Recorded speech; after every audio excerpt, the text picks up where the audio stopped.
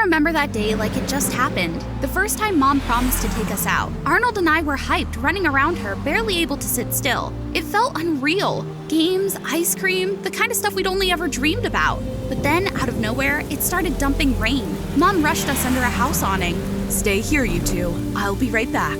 Arnold and I stood there waiting. The rain stopped, but Mom didn't come back. Arnold started sniffling, his little hands gripping my sleeve. Don't cry. Mom will be back soon. But she never did. Hey, I'm Avery. This is my twin brother Arnold. That was the day we got abandoned, and from then on, it was just the two of us against the world. We ended up in some small orphanage, but trust me, it wasn't the kind of place you see in feel-good movies. Mr. John, the director, was a walking red flag, always yelling at the kids, keeping the fancy donations for himself.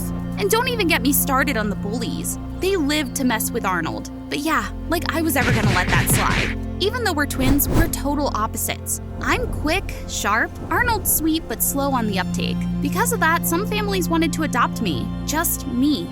They didn't want to take Arnold, and that was a walk away for me. No way I was letting them split us up. So I made sure no one wanted me either. Acted clueless, broke a few things, and boom, problem solved. Before we knew it, we were 17. I'd gotten really into school, knocking out impossible math problems in 5 minutes when others needed 30. But my real thing? Engineering. My room was stuffed with research books and tiny robots I built from scratch. Arnold, on the other hand, wasn't much for studying, but that boy could throw down in the kitchen. He'd bake something new for me every single day after class. Then, one night, I sneaked into the library, but as I passed by Mr. John's room, I heard hushed voices. Then I caught it. My name. Arnold's name. About those two brats, Avery and Arnold. I found families for them. Avery's going to some Amir guy in California, and Arnold's heading to Alabama with Arthur. They'll be gone in 3 months. Finally! Can't wait to kick those freeloaders out.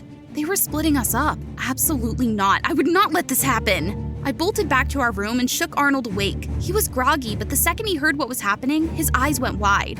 What do we do? I don't want to be away from you. We've got 3 months to make enough money and get out of here. I've got a plan. We'll start a service at school helping students with their problems for a price. Oh, I could sell my pastries too. And just like that, the school hub was born. We plastered ads all over Facebook, TikTok, and Instagram.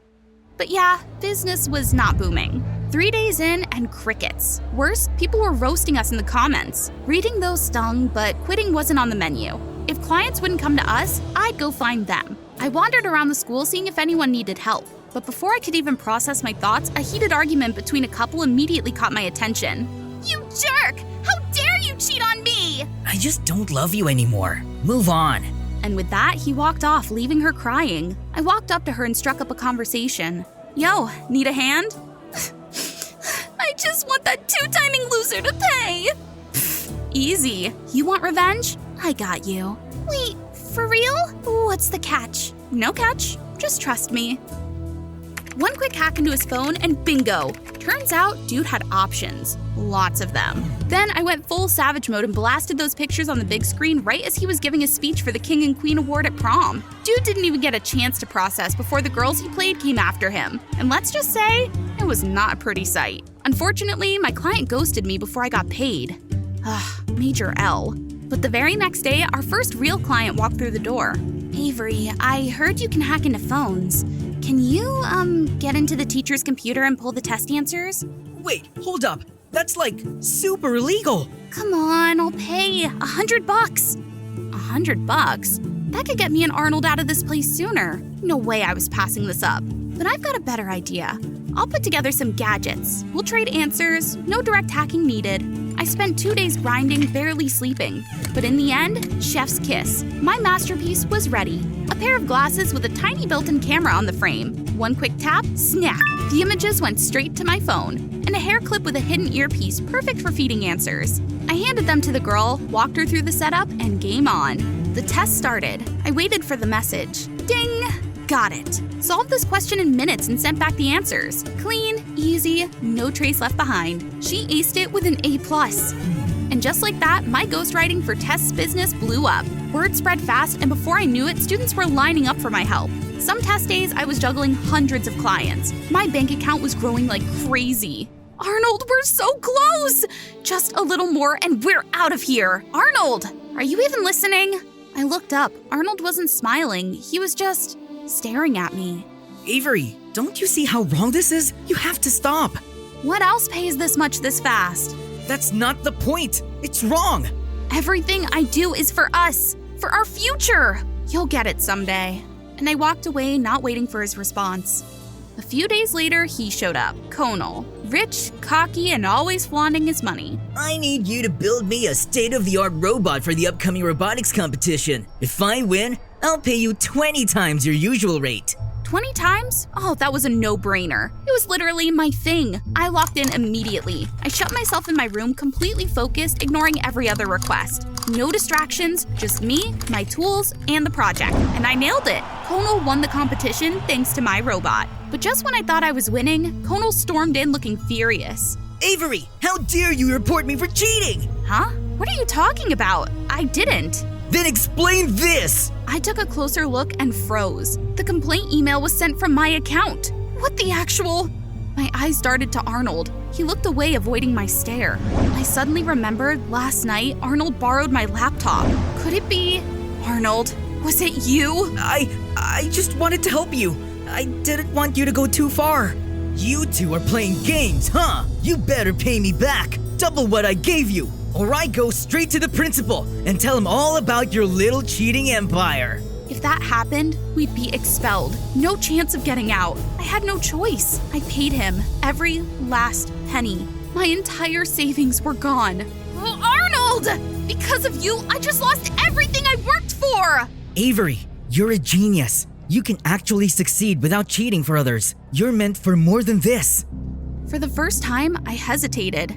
Was I really on the wrong path? Because truth be told, watching Conal win my competition, standing up there like he built that robot, it stung. That should have been me.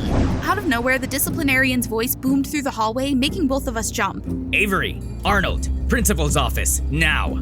My stomach dropped. We walked in. The principal sat on the couch. Next to him was Mr. John. Oh, this was bad. You two are behind the mass cheating scandal. Is it true? I was completely stunned by what the principal just said. The first thought that shot through my mind was that I couldn't admit to it. If I did, my future and Arnold's would be over. No, we didn't do it. Still denying it? I already have enough evidence to prove you were behind this. You're both getting expelled, effective tomorrow. No, I was the one who planned all of this. I used Avery's intelligence to make money. If someone has to be expelled, let it be me. Please, sir, give Avery another chance. She's incredibly smart and talented. Why would Arnold take the fall for me? The principal went silent for a moment, then sighed. All right. Since Arnold was honest, I'll let Avery off the hook. Honestly, I'm impressed by Avery's intelligence. In fact, I was already considering recommending her a full-ride scholarship to a top school in England. A mind like hers should be used for the right things. What do you think, Avery?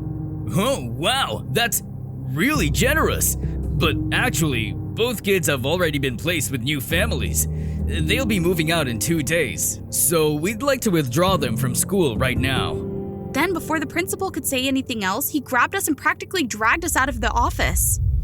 Listen up, you two. Sit tight, keep quiet, and don't try anything stupid. 2 days from now, you're out of here, whether you like it or not. Back at the orphanage, we were on lockdown. We couldn't leave our room, not even to step outside. I felt a weight pressing down on my chest. Regret, anger, frustration. I should have listened to Arnold. I should have stopped before things got this bad.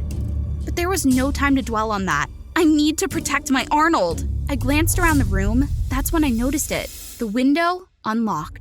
Arnold, we're getting out of here tonight. But where would we even go? I don't know, but as long as we're together, we'll figure it out. That night, we waited until the orphanage was completely silent. Then, carefully, we climbed out of the window. My heart pounded as our feet hit the ground. Just as we were about to make a break for it, a blinding flashlight hit us straight in the face. And standing right there, under the harsh glare, were John and his wife, their shadows stretching out like something out of a horror movie. Well, look what we have here. 2 little rats. I grabbed Arnold's hand and bolted, but we barely made it 3 steps before they caught us. Just when I was starting to lose all hope, the sound of police sirens echoed through the night. The principal arrived with 2 officers, swiftly restraining Mr. and Mrs. John before they could react. I let out a shaky breath of relief. Thank God, He saw my signal for help.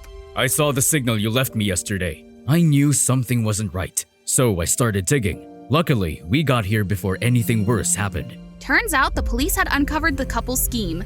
They had been embezzling orphanage funds, which explained why the living conditions were so poor. Now, they were facing the consequences they deserved.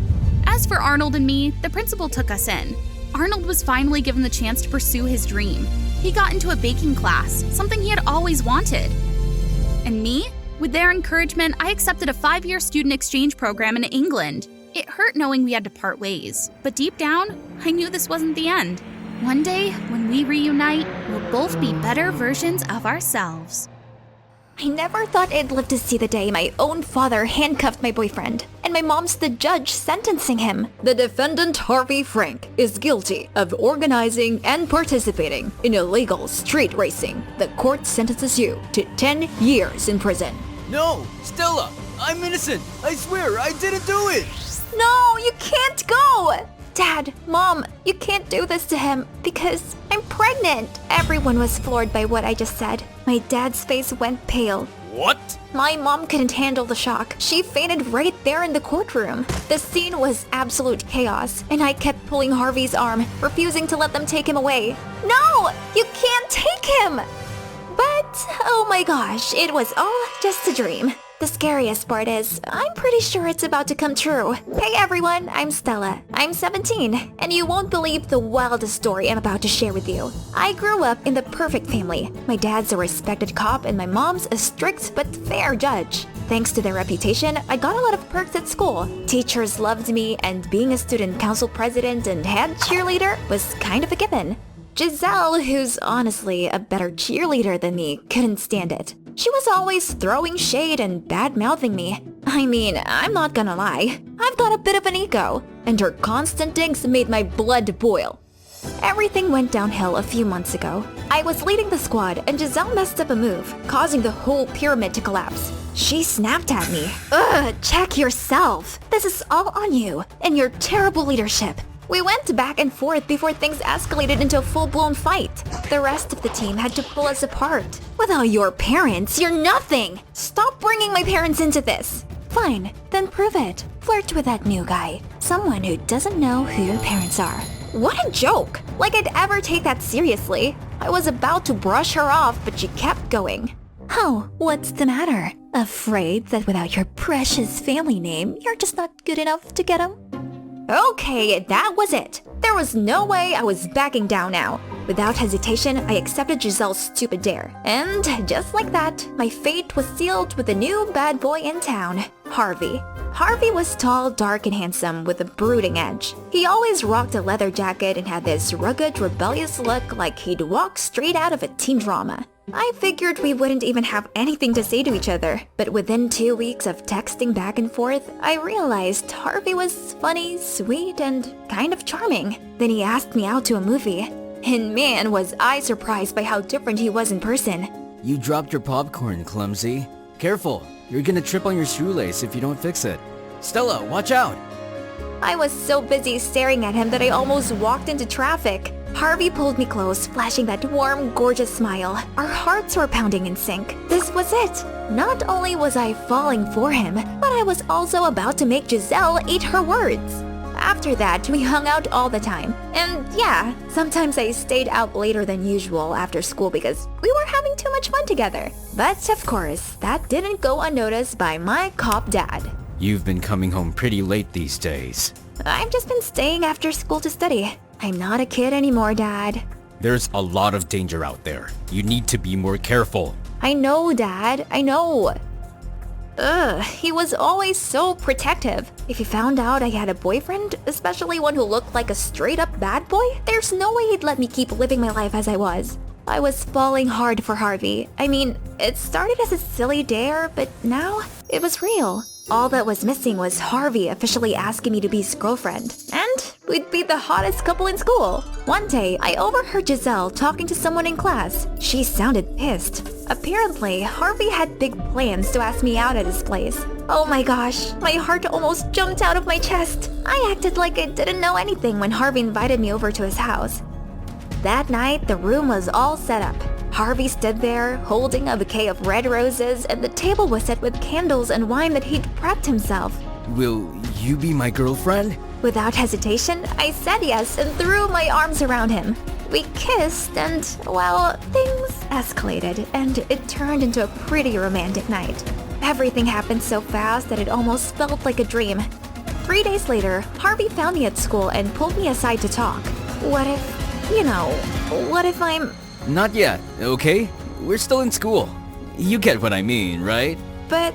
It's gonna be fine. No matter what, I'm here for you. You're the one I love the most. Wow, he was responsible, sweet, and caring. It seemed like everything was falling into place. Until I realized I was late. Like 2 weeks late. I locked myself in the bathroom, freaking out. All the signs pointed to one thing. I might be pregnant. Oh my gosh, what am I gonna do? My parents are gonna kill me! The first person I thought of was Harvey. I rushed over to his house, desperate to tell him everything. But as I ran up to him, some big guy tackled him to the ground. I'm with the FBI. You're under investigation for illegal street racing. You're coming with us. That voice, it was my dad.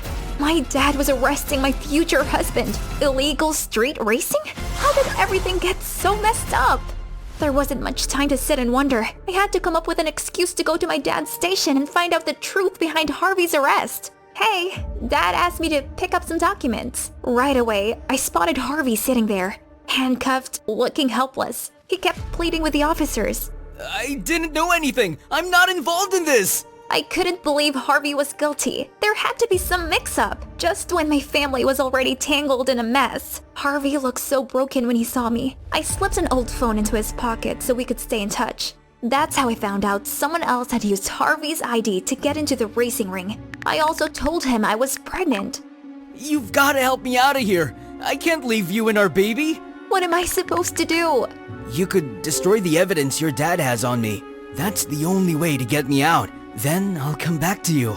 I thought about it all night. Should I destroy the case files? I mean, think about it. My baby can't have a father in prison. And Harvey? He's a good guy. If he says there's a mistake, then there has to be. So I started looking for ways to get into my dad's office and find the evidence.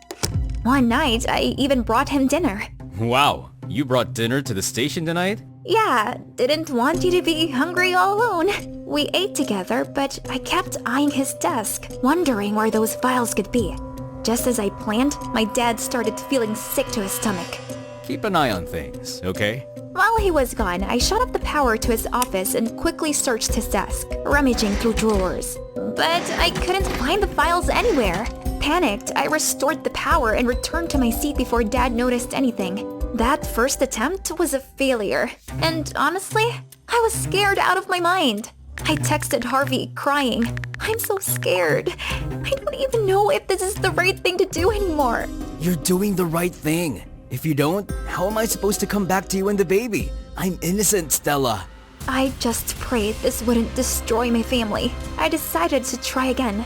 I went back to the station during one of my dad's shifts. This time when he stepped out, I found the files hidden in a corner cabinet. I quickly grabbed the evidence and called Harvey. Harvey, I've got the files. What do I do now? Destroy them!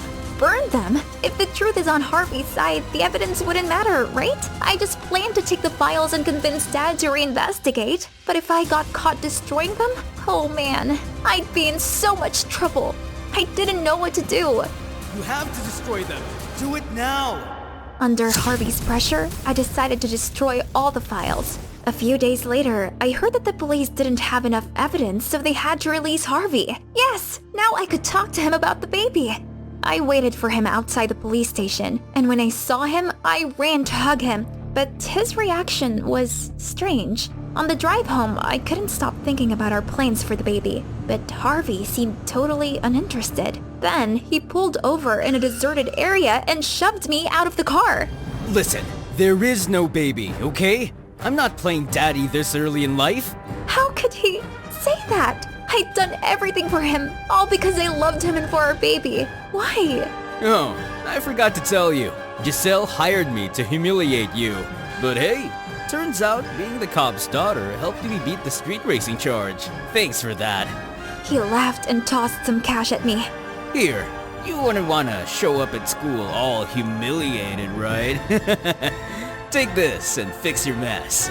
I was stunned. I collapsed right there. I couldn't believe I trusted the wrong person. I'd let things spiral out of control because of a stupid dare. Now what? How could I fix this? I wanted to confess everything. I regretted everything I'd done. When I got home, still wiping away tears, I saw my dad packing up his office. He looked so disappointed, and I realized the truth. My dad had been suspended for losing evidence during the investigation. Why was everything falling apart around me? How was I going to get through this? There was only one option left. I had to fix this on my own. I grabbed all the cash I had and left a note for my parents. I'm sorry, Dad. I'm the one who destroyed the evidence. It's all my fault you lost your job. I can't face you both right now. I hope you live well. I went to the hospital, but when I stood outside the door, I froze. Was this really the right thing to do? I hesitated until I saw Mother leaving with her newborn, looking so happy. No, Stella, you can't do this!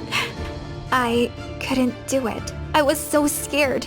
I had never faced something this huge on my own before. I wish I could turn back time. I definitely wouldn't have made such embarrassing choices if I could. Suddenly, a sharp pain hit me, and I rushed to the bathroom to deal with it. 10 minutes later, I walked out, and guess what? A miracle happened. I wasn't pregnant. Turns out I had been so stressed that it messed up my hormones. After being a month late, my cycle was finally back to normal. You have no idea how relieved I was. How could I have been so clueless not to even take a pregnancy test? I couldn't believe my luck, and after breathing a huge sigh of relief, I knew what I had to do. I was going to make those who wronged me pay. Without wasting time, I went back home and gathered all the courage I could to confess everything to my parents. Mom, Dad, it was me. I'm the one who stole the case files and burned them. Then I told them everything. About Giselle's stupid dare, about Harvey. My parents' jaws practically hit the floor. I admitted how foolish I had been, how recklessly I had handled everything. I'm going to turn myself in. I want to take responsibility for what I did. At first, my parents were hesitant about my decision, but after I convinced them, they finally agreed. Once again, I faced the lying Harvey at the police station, but this time, I wasn't going to let him manipulate me. You know I'm innocent. How could you send the father of your child to jail? Too bad for you, I'm not pregnant. There's nothing tying us together. You're just scum and I'm done with you.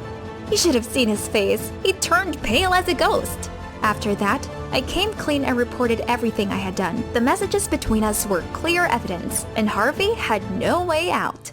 Thanks to my parents being there for me during the trial, I felt stronger and more confident. In the end, I was able to put Harvey behind bars. I got 6 months of detention and a 2-year probation sentence.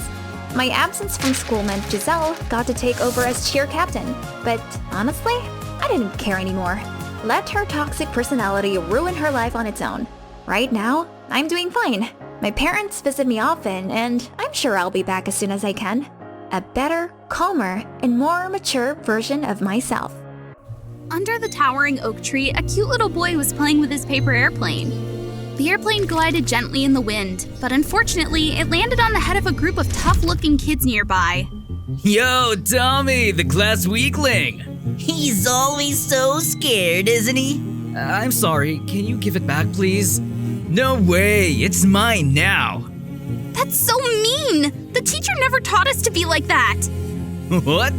A girl wants to protect little Tommy. I'll teach them a lesson. I've been learning karate since I was 5. Yeah! I swung my leg into the air and took down the ringleader with one kick. The other bully turned pale and ran away. Feeling super proud of myself, Tommy nervously approached me, holding out the paper airplane. Thank you. This is for you. That was the first time I met Tom. Hi there, I'm Ellie from Virginia. 9 years have passed and Tommy and I have become a sweet couple. Although our personalities are quite different, I'm strong and he's… I think I'm gonna faint if I climb up there. Come on, just give it a try. As we climbed into the ride, I couldn't help but laugh seeing Tom gripping the safety bar. The roller coaster started moving and everyone began screaming. having fun, Tom? This is a whole new definition of fun!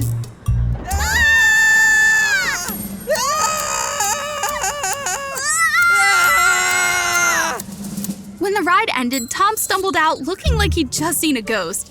You owe me, Ellie. My legs are like jelly now. It was the most fun we've had together. During Tommy's senior year, our outings became less frequent because he wanted to focus on studying for college entrance exams. Meanwhile, I was engrossed in my martial arts passion. One day, a new girl transferred to my class. Her name was Camilla, a beautiful, gentle girl with dreams of becoming a researcher like Tom. Hey, new girl, did you forget something? I don't know. What do you mean? I immediately rushed over to rescue Camilla and disperse the mean girls. Don't mind them, they always pick on new students. Tommy was waiting for me at the classroom door as usual. Seeing that Camilla was alone, I invited her to join our group. But is that okay? Who's that?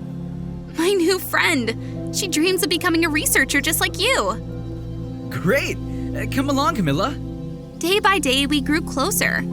I even shared my love story with Tom, and Camilla always wished to find such a beautiful love. One day, while we were excitedly discussing how the queen bee at school got embarrassed, a skater zoomed by, knocking Camilla down hard. Seeing my friend clutch her leg in pain, I tried to chase after the culprit to teach him a lesson, but couldn't catch up. Lucky for him this time. Are you okay? I think I sprained my ankle. Seeing Tom kneel down to help Camilla, I stood there feeling a bit sad. But I couldn't be selfish. She was hurt. Later, Tom and I took her home. I stopped to tie my shoe for just a second and they left me behind. Time flew by and I became a college student. Camilla and Tom both got into the university of their dreams, and Tom and I only saw each other occasionally when we had free time. He was busy maintaining his top rank and I was focused on my passion. I joined a martial arts club led by Norman, a lively guy with a sweet smile. We trained together and had lunch together. I saw him as an older brother. Then one day he confessed. I've been drawn to you since the first time I saw you. Do I still have a chance? No!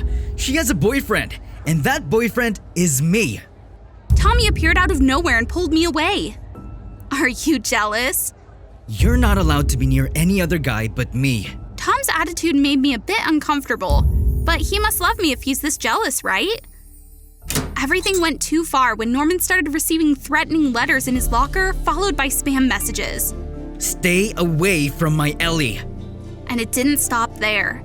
His martial arts uniform got messed with too. Ellie, can you help me out for a second? My back is burning. Check it out for me. Oh my gosh, someone had sprinkled chili powder inside his uniform. What the fudge? I warned you. Tom was turning into a completely different person, and I couldn't take it anymore. I called him in a rage. Oh, I'm just protecting you. I don't want anyone coming between us. That's controlling! I can handle it myself! I know, I just… What do you want to do for dinner? Huh? Was that Camilla's voice? Who are you on the phone with? Just a college friend asking about homework. A college friend? Why did he have to lie? I'll call you later. Love you. Wait! The thought of Tommy and Camilla together made my anger flare up like never before. If it's true, I swear I'll crush them both. But wait, maybe Camilla just invited my boyfriend to dinner as friends. I trust my best friend. She would never ever betray me. That weekend, I decided to surprise Tom by visiting him. But the surprise was on me when I found a red lipstick mark on his shirt. Just then, I heard voices outside the door. Come on, Tom. I'll show you what my fist tastes like. Are you sure this is okay? Trust me. It was Camilla's voice again. Were they together? I don't think we should. What are you afraid of? I know you've liked me for a long time. Tom pulled Camilla close and they kissed right in front of me. The two-way mirror let me see them clearly, but they couldn't see me. Those two traitors. I was caught between a close friendship and a 10-year relationship. I burst out, shocking them both. Camilla huddled in a corner, endlessly apologizing, while I knocked Tom out with a powerful punch. I treated you both like family! I tried to muster the strength to follow through with what I'd just imagined, but suddenly I felt weak. I hid in the bathroom, thinking about everything the three of us had been through together. I didn't deserve this.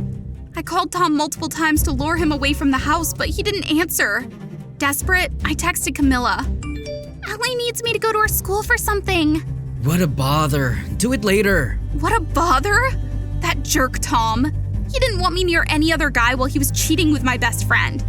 I can't. I have to go check on her. After they left, I finally came out. All I needed now was to stay calm and think of a way to get back at them both. I considered many plans to humiliate them publicly. From leaking their secret relationship to stealing Tom's presentation just to mess with him. They turned me into a real monster. Huh? A message from Camilla? She wanted to meet and talk? That morning, I went to the meeting spot. I wanted to hear what my once close friend had to confess. Sadly, Camilla still looked as gentle as the first day we met. You were the only one who stood up for me when I was bullied. Ellie, you've always been the best friend. And your way of thanking me is to steal my boyfriend? You know about me and Tom? I feel awful. Ellie, I'm sorry. I'll end it with him. And you provoked me by leaving a lipstick mark on his shirt? What are you talking about? I didn't do that. Camilla's puzzled look made me realize that I wasn't the only victim of this red flag guy. He was cheating on at least one other girl. I knew we had to do something. On the day Tom had his presentation in front of the whole school, he was utterly shocked to see both me and Camilla arrive, arm in arm, looking super close. And we brought along some handsome guys too. Meh, I asked Norman to help out, and luckily, he was more than willing. Tom was so furious, he forgot he was being watched by a ton of people and stormed down from the stage. But who was he mad at? Me or Camilla? The show hasn't even started yet, my ex. Right at that moment, paper airplanes started raining down from every level. It was quite a sight, but it wasn't as romantic as it looked. Tom, you said you only loved me! Another girl stood up after reading the notes on the airplanes. They were full of proof of his cheating. You jerk! Wow, so all this time I'd been sharing my boyfriend with a bunch of other girls without knowing. It hurt, but at least I found out now. Tommy, we are so disappointed in you. You're expelled for tarnishing the school's image. Why was the principal so upset? Don't tell me she was also… Oh, forget it. The important thing was that Tom finally learned a valuable lesson. Here you go. You've changed so much, Tom. I handed him the paper airplane he gave me when we first met. Now I was giving it back, signaling the end of our memories together. Camilla and I walked away from there. Thank you for forgiving me. Oh, forget about him. He's not worth fighting over. There are plenty of hotter guys out there. I don't think you need to look far. Camilla nudged me and glanced towards Norman. Someone's been staring at you the whole time.